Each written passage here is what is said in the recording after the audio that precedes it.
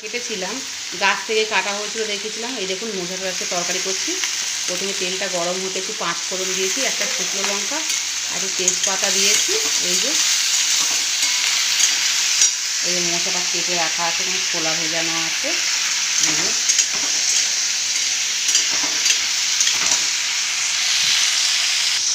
এই যেটা ভাজা ভাজা হয়ে গেলে একটু ভাজা ভাজা হয়ে গেছে, এই অনেকক্ষণ ধরে ভাজছি, দেখুন ভাজা ভাজা হয়ে গেছে।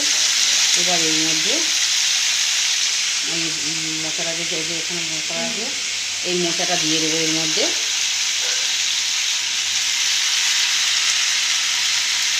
আমাদের মোচা মানে এরকম করে করি দেখুন।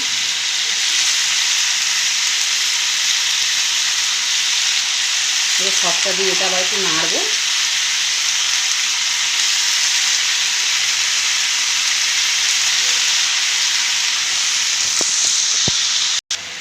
এই যে মোচাটা দিয়ে ওই যে একসাথে নেড়ে নিচ্ছি, একটু একটু ভাজা ভাজা মতন করে নিচ্ছি।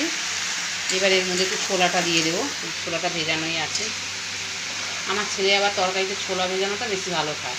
ছোলাটা দিলে মোচা কেন, থোড় কেন, কুমড়ো আলু এতে না দিলে আমার ছেলে বলে মা ছোলা দাও ছোলা দাও। ওই জন্য আমি ছোলাটা একটু বেশি করে দিই। ছোলা দিলেও ভালো লাগবে, এরকম ভাজার সময় দিয়ে দেবেন, ছোলাটা সেদ্ধ সেদ্ধ হয়ে যাবে, তো ওটা খেতেও ভালো লাগবে।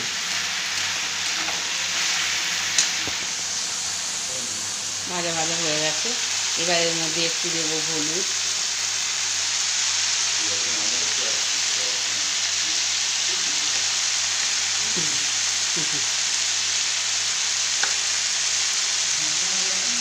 একটু লঙ্কা গুঁড়ো দিলাম, একটু জিরে গুঁড়ো দিয়ে দিলাম। এটা একটু নাড়বো, নুনটা দেবো একটু নিজের স্বাদ মতন, যে যেমন পারবেন নুনটা দিয়ে দেবেন। এই যে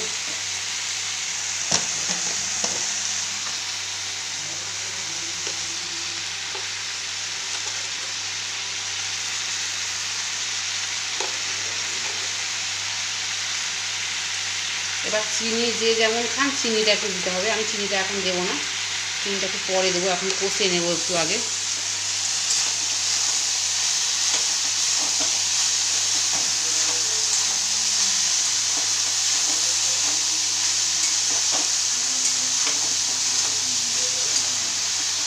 অনেকটাই করছি কারণ শেষ দিকে একটু দেবো। মেজদি আছে, মেজদি তরকারি করবে বললো, মেজদিও দেবে, শেষ দিকে হয়ে যাবে। এই যে আমি একটু চিনি দিয়ে দেবো এতে।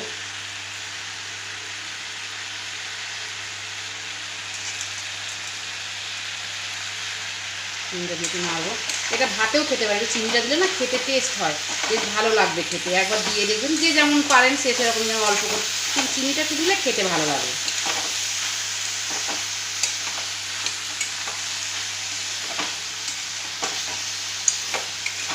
কালকে আবার মঙ্গলবার কেটে নেই বলে আর ওই জন্য কেটে নিলাম।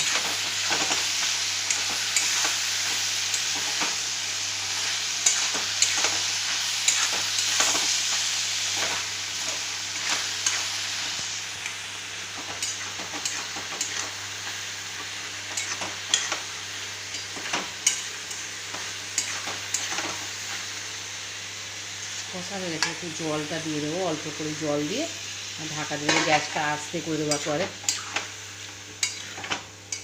লো ফ্লেমে করে এটাকে ঢাকা দিয়ে রাখবো। আর একটু না এটা থাকে, ঢাকা দিয়ে দিই, আর একটু ঢাকা দিয়ে দিলাম।